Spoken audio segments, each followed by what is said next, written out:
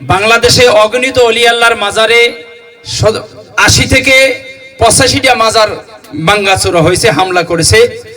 আপনারা জানেন হযরত শাহজালাল শাহপরান ইউমিনীর মাধ্যমে এই বাংলা জমিনে ইসলাম এসেছে।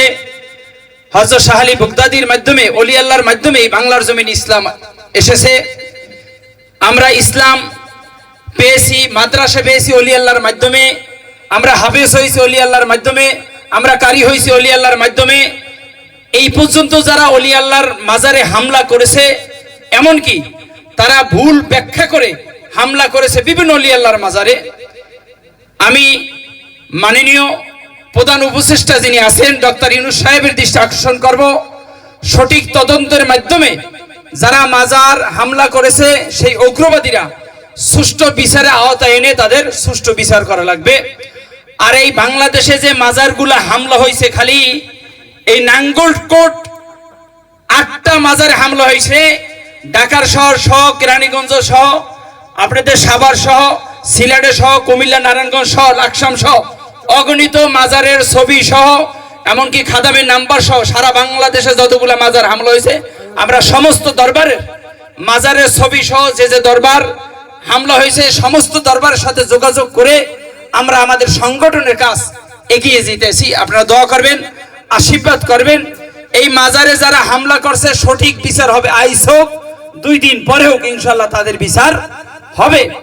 আপনারা জানেন এই বাংলাদেশ হযরত শাহজালালের দেশ, এই বাংলাদেশ হযরত শাহপরানের দেশ, এই বাংলাদেশ সুফিবাদের দেশ, এই বাংলাদেশ আহলে বায়াতের দেশ, এই বাংলাদেশ আহলে সুন্নাত ওয়াল জামাতের দেশ। এদেশ কোনো উগ্রবাদীর না, এদেশ কোনো বাতিলবাদী না। এখন কিছু বর্তমানে আপনারা ভিডিও করবেন, কিছু বর্তমানে জাল হাদিস দিয়ে তার একটা জাল হাদিস আবিষ্কার করছে যে বাজার ভাঙ্গা যায় একটা জাল হাদিস দ্বারা। শোনেন, যারা ব্যাংকে চাকরি করে তাদের কাছে কিন্তু দ্রুত জাল টাকাটা ধরা খায়। কি ধরা খায়? জাল টাকাটা দ্রুত ধরা খায়। কেন ধরা খায়? একজন ব্যাংকের ম্যানেজার সে জাল টাকার উপরে পিএইচডি করছে। কি করছে? পিএইচডি করছে। মাজার ভাঙ্গার যে দলিলটা, মাজার ভাঙ্গার দলিলটা আল্লাহর রাসূল মাওলা আলীকে অর্ডার করেছে।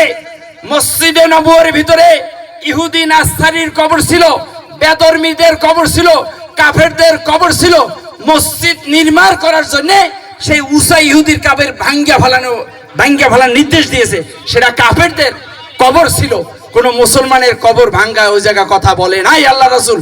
এই মিথ্যা হাদিস দিয়ে, এই মিথ্যা দলিল দিয়ে যারা মাজার ভাঙচুর করছে তারা ইহকালও শান্তিতে থাকবে না, পরকালে শান্তিতে থাকতে পারবে না।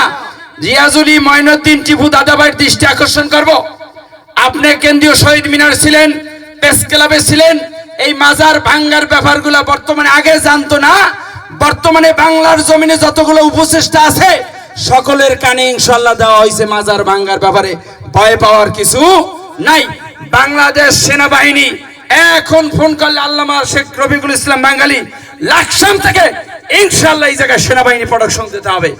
আপনারা ভয় পাবেন না। অলি আল্লাহর কদমে আছেন, অলি আল্লাহর কদমে থাকতেন। একমাত্র সত্যের নিশান, একমাত্র সত্যের টার্গেট, সেটা হলো অলি আল্লাহর মাধ্যমে সঠিক ইসলাম যে জায়গায় পাওয়া যায়। ইসলাম সঠিক পাওয়ার জায়গা একমাত্র অলি আল্লাহর দরবার। এদেশে কোনো মুর্শি মৌলবী ইসলাম আনে নাই, এদেশে কোনো হাফেজ মৌলবী ইসলাম আনে নাই।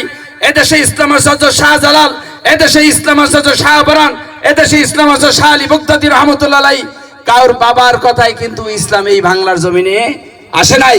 অলি আল্লাহর উপরে যারা হামলা করছেন তাদের বিচার সহন আল্লাহ নিজে করবে। কে করবে? আল্লাহ নিজে করবে। আল্লাহ রাসূলের দপ্তরে বিচার দিয়ে দিলাম, তাদের বিচার আল্লাহ করবে।